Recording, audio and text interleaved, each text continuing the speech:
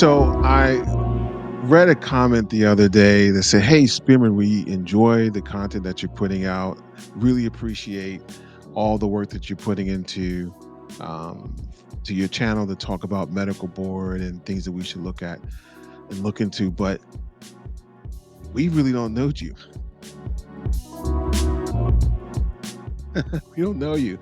What was your background? How did you get to the military?" And I thought about it, and I said, "You know what? They're 100% right." You see, when I got out of the military through the medical board process, I was hot. I was like, there's a lot that I need to say, and I need to let my brothers and sisters know about this process because even as a nurse, it was challenging for me to go through this and to defend myself. And so I just came out guns a blazing. So I just came out guns a blazing, like, look, this is what it is. This is what you need to do. And I did not do that process. So I want to take a step back and just kind of introduce myself. So again, my name, for those who don't know me, my name is Jerome Spearman. I'm a medically retired Army Nurse Corps officer. I went through active duty.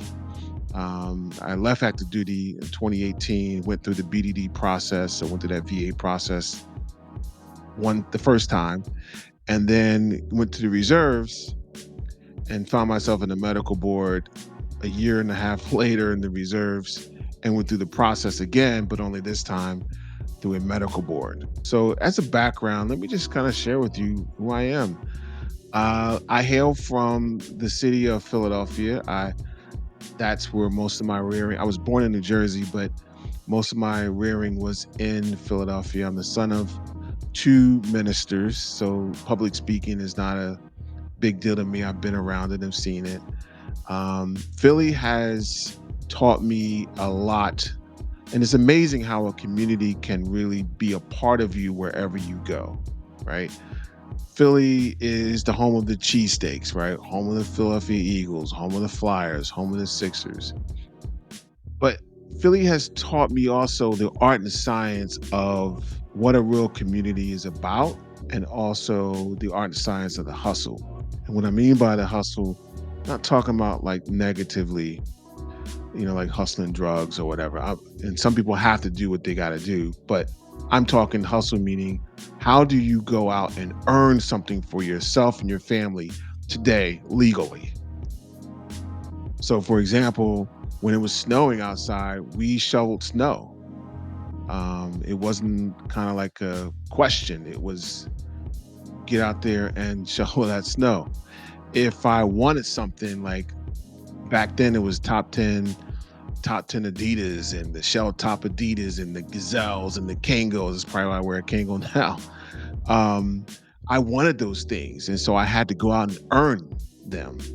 I remember when the shell tops came out, it was the best thing since sliced bread, and so I had to go out and earn that. I lived in a very poor community. Philadelphia, North Philly wasn't the most richest area, but it was rich in other ways. The community that we had was tight knit. We served each other. We took care of each other. We had a block captain who made sure the block was okay. If the families were in need, we helped each other out. Not really sure where Philly is with that now, but that was a part of my experiences and community. I loved being a part of the community and serving. And so my other community was church. We went to church all the time. I mean, I can remember Monday, Tuesday, Wednesday, Thursday, Friday, Saturday, Sunday, all day, church, church, church. Both my parents were ministers, so there you go. So what I've learned from all of those things and all those experiences is serving your community. And I'm happy to do that again now at this stage in my life.